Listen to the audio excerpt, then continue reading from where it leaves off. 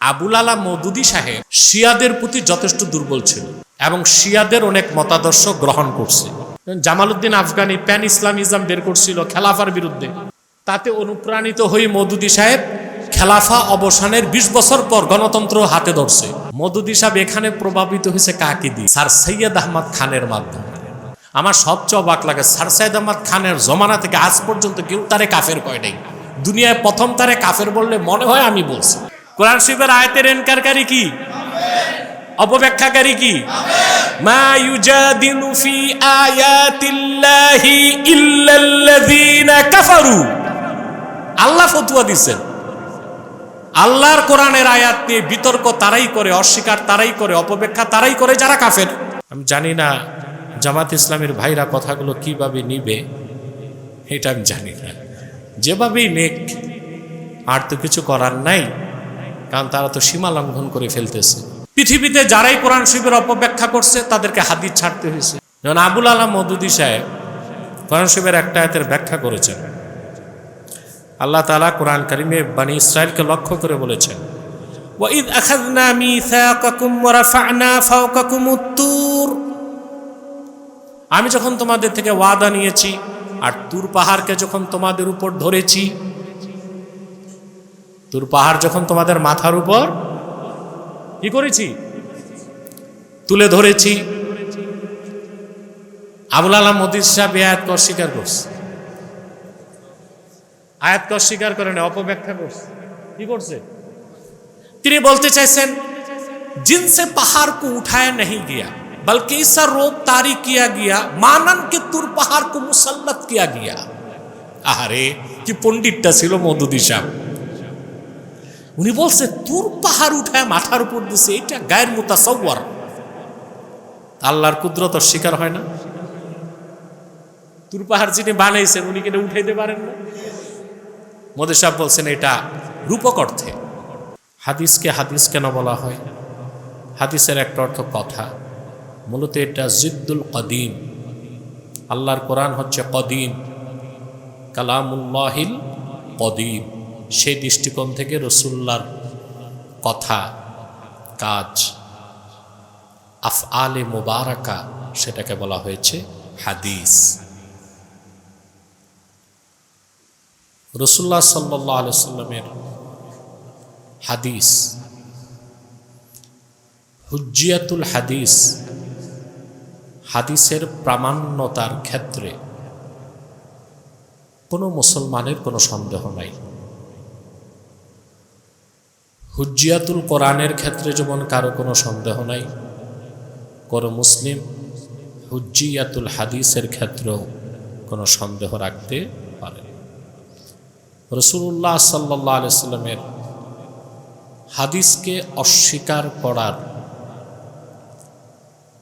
ধৃষ্টতা এখন আহলুল কোরআন দাবিদাররা দেখাচ্ছে তা না। সাহাবা একরামের যুগেও এমন কিছু লোক ছিল যারা মুনকিরুল হাদিস ছিল।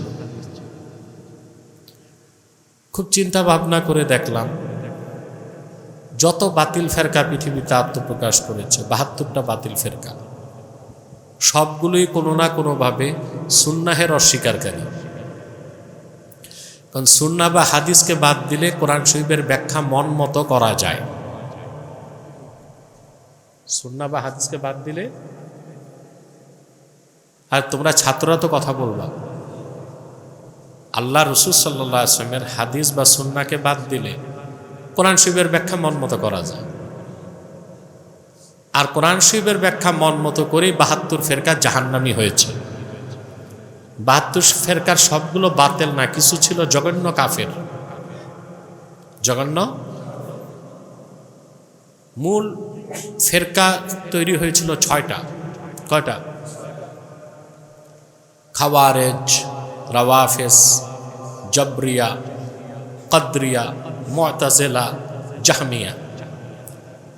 প্রত্যেকটা বার ১২ ভাগ হয়েছে। এই ৬ বারং ৭২-এর বাইরে ৭৩ কোনো ফেরকা আমরা ছাড়া। আমরা তো আহলুস সুন্নাহ ওয়াল জামাত। ৭৩-এর মধ্যে আমরা আহলুস সুন্নাহ ওয়াল জামাত।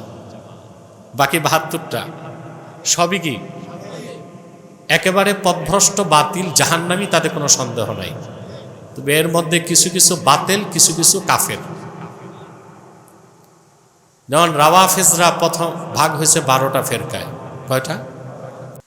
আবুল আলা মওদুদী সাহেব শিয়াদের প্রতি যথেষ্ট দুর্বল ছিল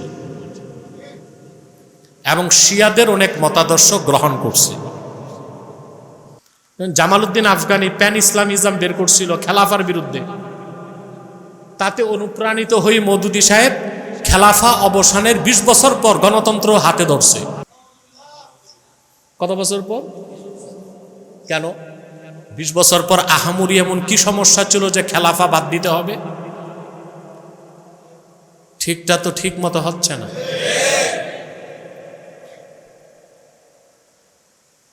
1917 সালে খেলাফাতে ওসমানিয়ার বিলুপ্তির সূচনা।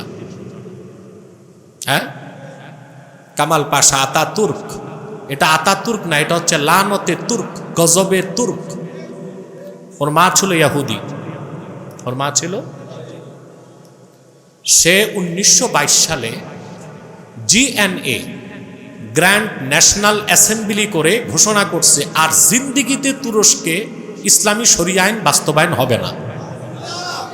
1922 সাল। আর মওদুদী সাহেব গণতান্ত্রিক পদ্ধতিতে ইসলামী রাষ্ট্র প্রতিষ্ঠার আন্দোলন শুরু করছে 1942 সালে। কত বছর পর? মাত্র। তাহলে মওদুদী সাহেব যথেষ্ট প্রভাবিত হয়েছে জামালউদ্দিন আফগানি কর্তৃক। জামালউদ্দিন আফগানি ভাবছিল আর খেলাফত প্রতিষ্ঠিত হবে না, প্যান ইসলামিজমের ধারণা আনছে, আর তাতে মওদুদী সাহেবও বিভ্রান্ত হয়ে গেছে। আর সেই কারণে আহলুত তাশাইয়্যু বা শিয়াদের যথেষ্ট প্রভাব আবুল আলা মওদুদীর মধ্যে ছিল। যারা শিয়াদের দালালি করে, শিয়াদের ব্যাপারে তাদের কোনো ধারণাই নাই, কোনো জ্ঞান, নতুবা আল্লাহর হাবিবের কোনো উম্মত শিয়াদের পক্ষ নিতে। এ ব্যাপারে আমার ভিন্ন ভিন্ন লেকচার আছে গ্লোবাল পলিটিক্সের উপর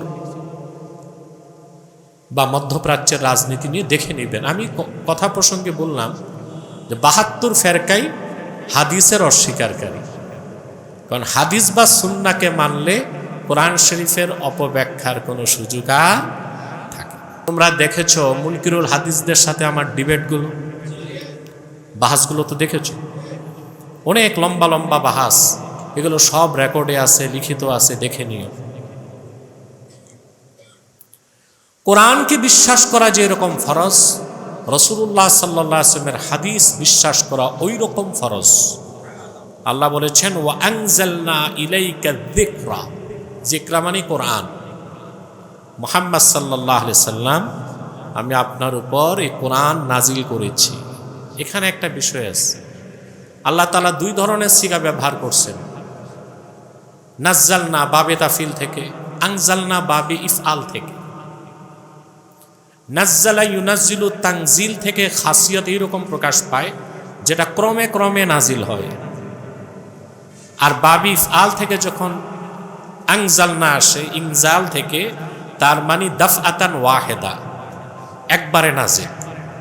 এখানে মুরাদ হচ্ছে পুরা কোরআন। মুরাদ কি? পুরা কোরআন। কারণ আনজালাল্লাহুল কোরআনা ফি লাইলাতিল কদরে মিন লাউহিল মাহফুজ ইলা বাইতিল ইজ্জা ফিস সামাঈদ দুনিয়া দাফআতান ওয়াহিদা।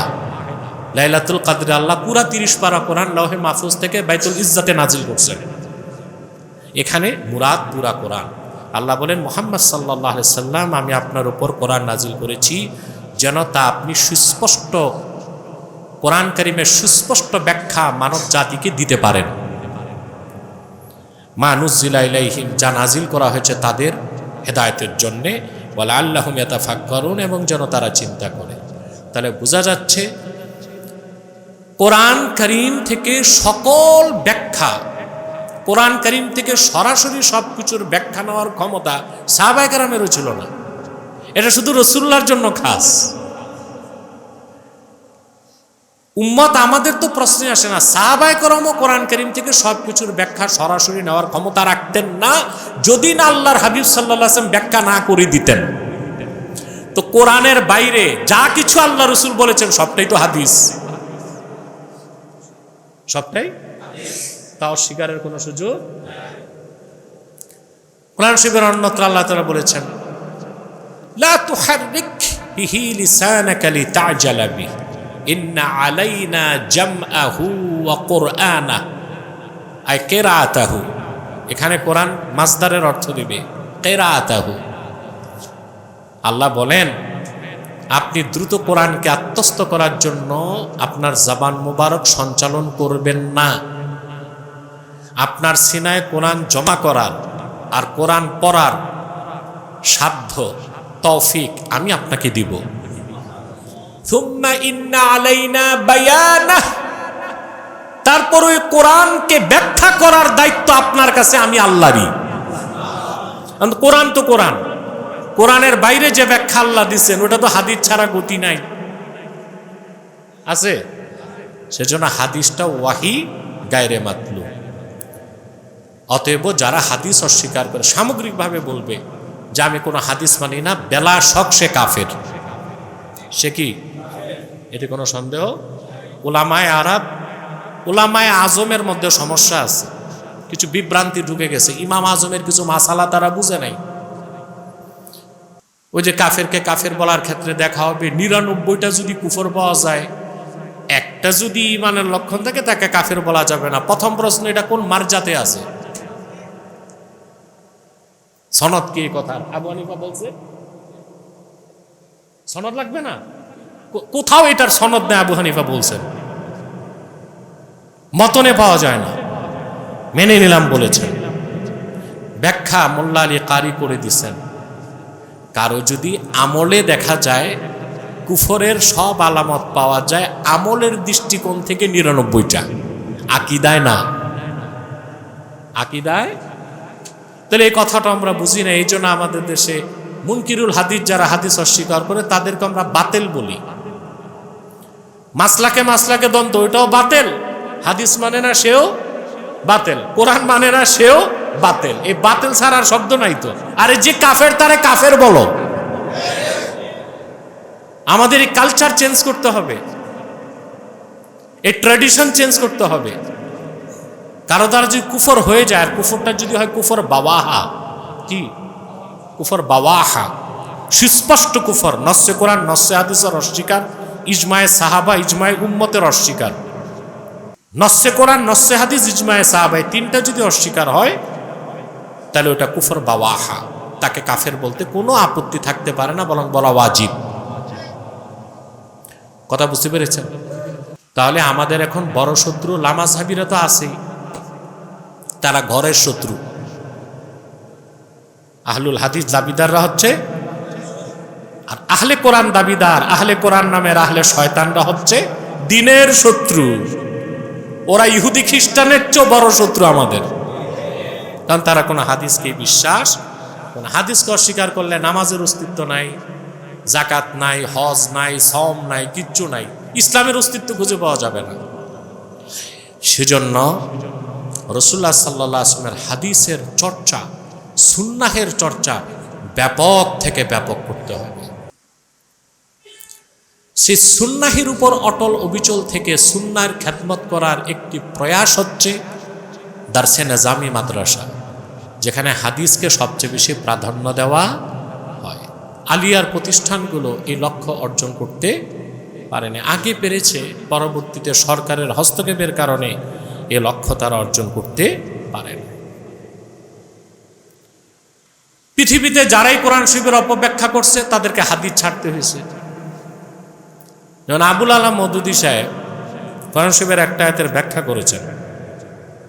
আল্লাহ তাআলা কোরআন কারিমে বনি ইসরাইলকে লক্ষ্য করে বলেছেন, ওয়াইদ আখাযনা মিসাকাকুম ওয়া রাফা'না ফাওকাকুমুত তুর, আমি যখন তোমাদের থেকে ওয়াদা নিয়েছি আর তুর পাহাড়কে যখন তোমাদের উপর ধরেছি,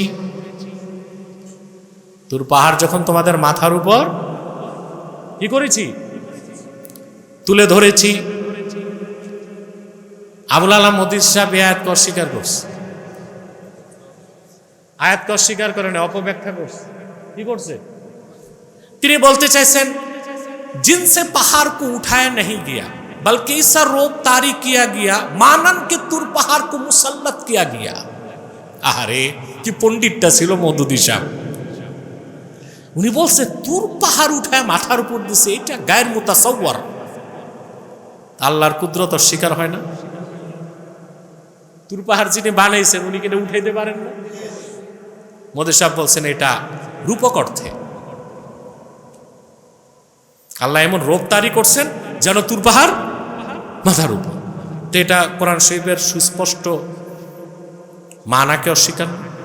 কোরআন কি শুধু আলফাজ, আলফাজ এবং মানা দুইটা মিলে কি কোরআনের আলফাজ এনকারকারীও কাফের, কোরআনের মানা এনকারকারীও।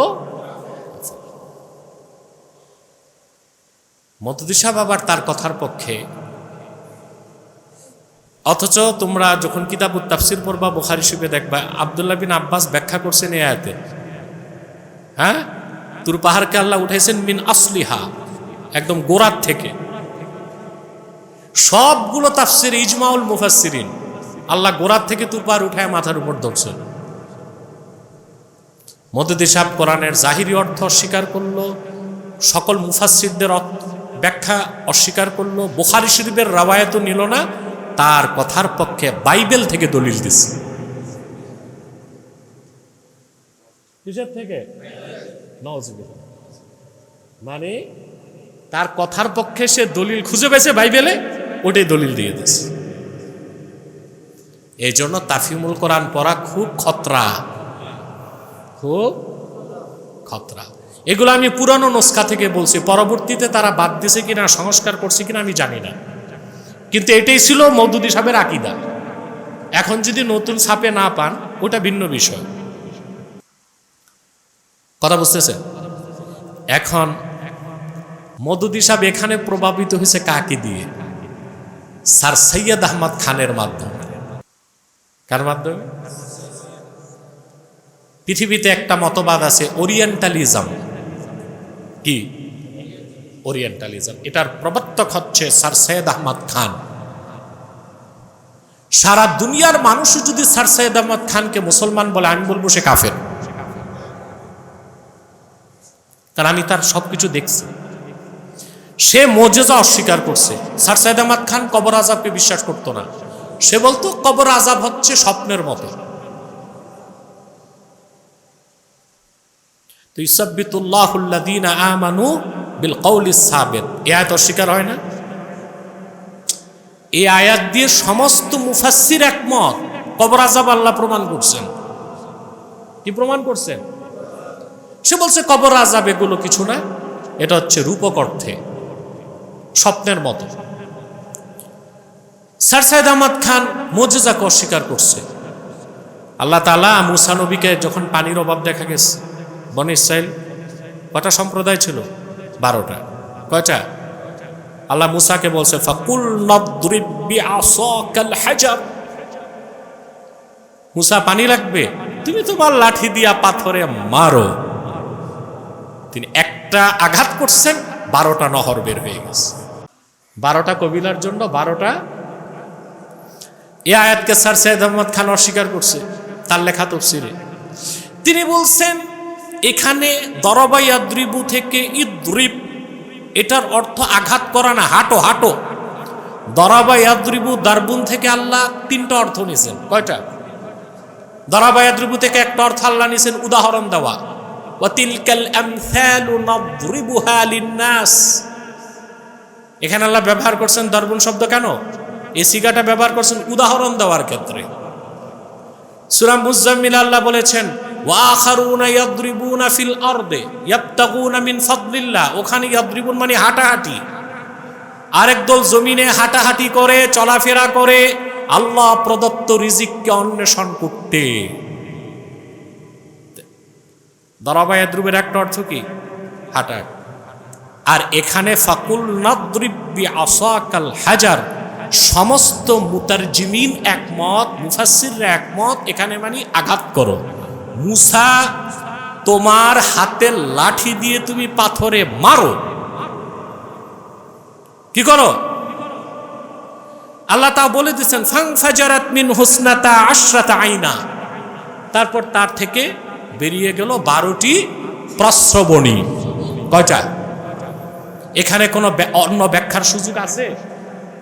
আব্দুর রহিম সাহেব ঘুমায়, এখানে অন্য কোনো ব্যাখ্যার সুযোগ? সামনে বসো, ইস্তিমিনা নিয়ে নেন, ছাত্ররা ঘুমায় যাবে। আল্লাহ যে এখানে পাথরে মারতে বলছেন এতে সন্দেহ আছে? তাফসীর লাগবে?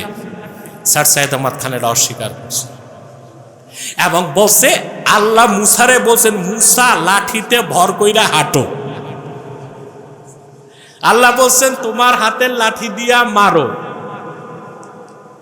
আর স্যার সাইয়েদ আহমদ খান তর্জমা করছে আল্লাহ বলছেন যে আমি বললাম মুসা লাঠিতে ভর করে শক্ত মাটিতে, পাথুরে মাটিতে হাঁটো। এই ব্যাখ্যা করার সুযোগ কেন হয়েছে? কারণ স্যার সাইয়েদ আহমদ খান ছিল মুনকিরুল হাদিস, হাদিস অস্বীকার করত। হাদিস অস্বীকার করার কারণেই কোরআন শরীফের এই অপব্যাখ্যার সুযোগ সে পেয়েছে।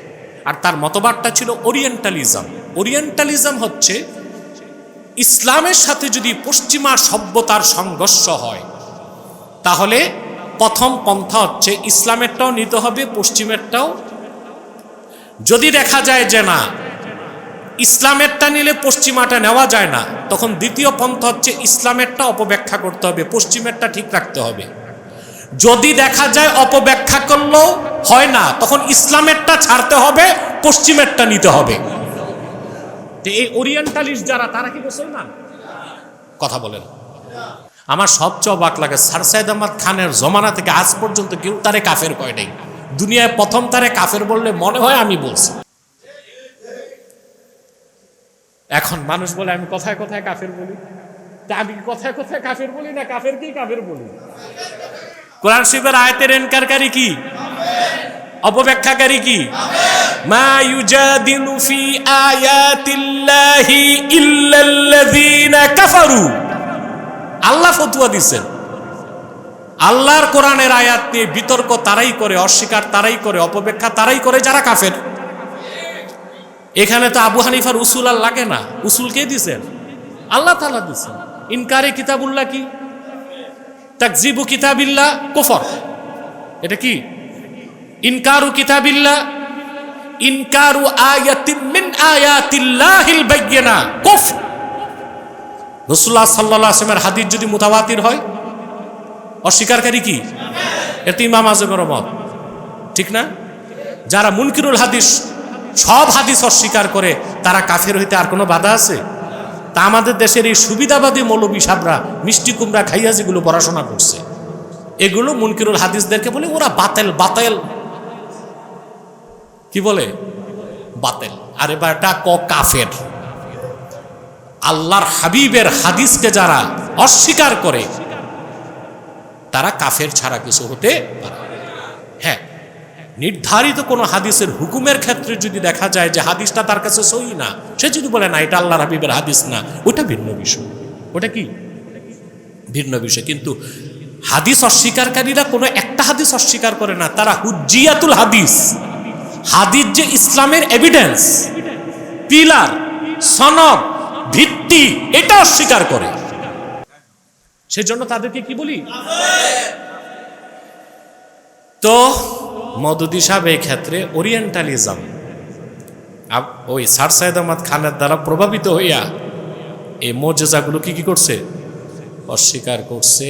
আর যেখানে নবীদের মুজিজা অস্বীকার করছে, সেজন্য তারা আল্লাহর ওলিদের কারামত অস্বীকার করে। আমি জানি না জামাত ইসলামের ভাইরা কথাগুলো কিভাবে নিবে, এটা আমি জানি না। যেভাবেই নেক, আর তো কিছু করার নাই, কারণ তারা তো সীমা লঙ্ঘন করে ফেলতেছে, সংশোধনের পথে তো আসে না। আল্লাহ তাদেরকে হেদায়েত করে। সব কথার মুলাক্খাস হচ্ছে অবশ্যই অবশ্যই কোরআনের প্রতি যেরকম বিশ্বাস থাকবে, আল্লাহর হাবিব সাল্লাল্লাহু আলাইহি ওয়াসাল্লামের হাদিসের প্রতি ওই রকম বিশ্বাস থাকবে এবং ওই রকম সম্মানও থাকবে। কিতাবুশ শিফাতে কাজী আয়াজ লেখেন, ইমাম মালিক রহমতুল্লাহ মদিনা মুনাওয়ারাতে মসজিদ নববী সাল্লাল্লাহু আলাইহি ওয়াসাল্লামের কাছেই তার বাড়ি ছিল। যখন কেউ তাকে তার বাড়িতে যেতেন, তিনি ছোট একটা মেয়েকে পাঠাতেন। তো মেয়ে যে জিজ্ঞেস করতো, ইমাম মালিকের নির্দেশ থাকতো কেন আসছে। যদি বলতো একটা মাসালার সমাধানের জন্য আসছে, তো ইমাম মালিক সাথে সাথে বের হয়ে উত্তর দিয়ে দিতেন। আর যে বলা হতো হাদিস শুনতে আসছে, ইমাম মালিক গোসল করতেন, দামি পোশাক পরতেন, পাগড়ি পরতেন, পাগড়ির উপর খেমা রুমাল লাগাতেন, বাহুর জ্বালাতেন, তারপর এসে হাদিস রবায়াত করতেন। হুবহু এই কথাটা কাজী আয়াস কিতাবু শেফাত উল্লেখ করেছেন, এবং ইমাম নাবহানি হুজ্জাতুল্লাহি আলাল আলামিন কিতাবের মধ্যে উল্লেখ। রাসূলুল্লাহর হাদিসের প্রতি কি তাজিম ও সম্মান। তো তোমাদেরকে আমার নসিহত থাকবে, ওযু ছাড়া কখনো হাদিসের দার্সে বসবে না। আর আমার আদত ভিন্ন, আমি হাদিস পড়ার আগে বা পড়ানোর আগে গোসল করে আসি। এটা এই এক যুগের কাছাকাছি হয়ে যাচ্ছে, এই আমল আমার চলতেছে। কখনো গোসল না করে আমি হাদিস শরীফ পড়িও না, পড়াইও না। এটা আমার তাকওয়া, এটা আমি বলি না সবাইকে পড়তে হবে, কিন্তু ওযু তো লাগবে, ওযু তো লাগবে। হ্যাঁ, বুখারী শরীফের আহমিয়াতের উপর ইমাম বুখারী রহমতুল্লাহর উপর নিশ্চয়ই শিক্ষকরা কথাবার্তা বলেছেন। আমি সেই দিক না, যে রাত বেশি হয়ে গেছে, সরাসরি হাদিসের সংক্ষিপ্ত ব্যাখ্যা করছি। নিয়তের হাদিসটি আমরা ক্রমাগত 7 দিন আলোচনা করি।